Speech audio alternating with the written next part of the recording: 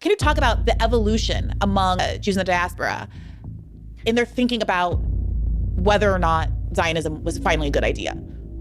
Yeah, so as you correctly pointed out, a majority of world Jewry after the Holocaust, after the Nazi annihilation of Europe's Jews, embraced Zionism. And like you said, for obvious reasons, in a world where Jews are facing persecution and total annihilation, it doesn't make sense that there should be a Jewish state to protect Jews. That's sort of the most common and most popular response. But there's another response.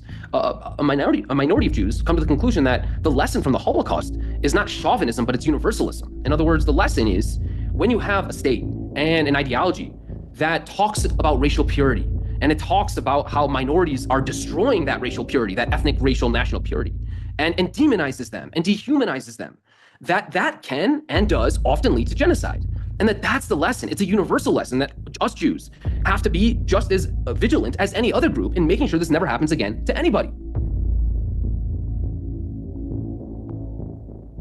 And that's the view taken by Israel Shahak. He says, you can define Israeli society as a society in which there are no Israelis, but only Jews and non-Jews. You have separate tables for dying Jewish infants and dying non-Jewish infants. This is the Nazification of Jewish society, and this can well bring about the same calamity it brought in Europe, only a calamity to Arabs. If one can learn anything from the Nazi experience, it is that one should be against Nazism. I am against Nazism, whether German, Jewish, or Arab. And I think that quote nicely encapsulates the universal Jewish critique of Zionism.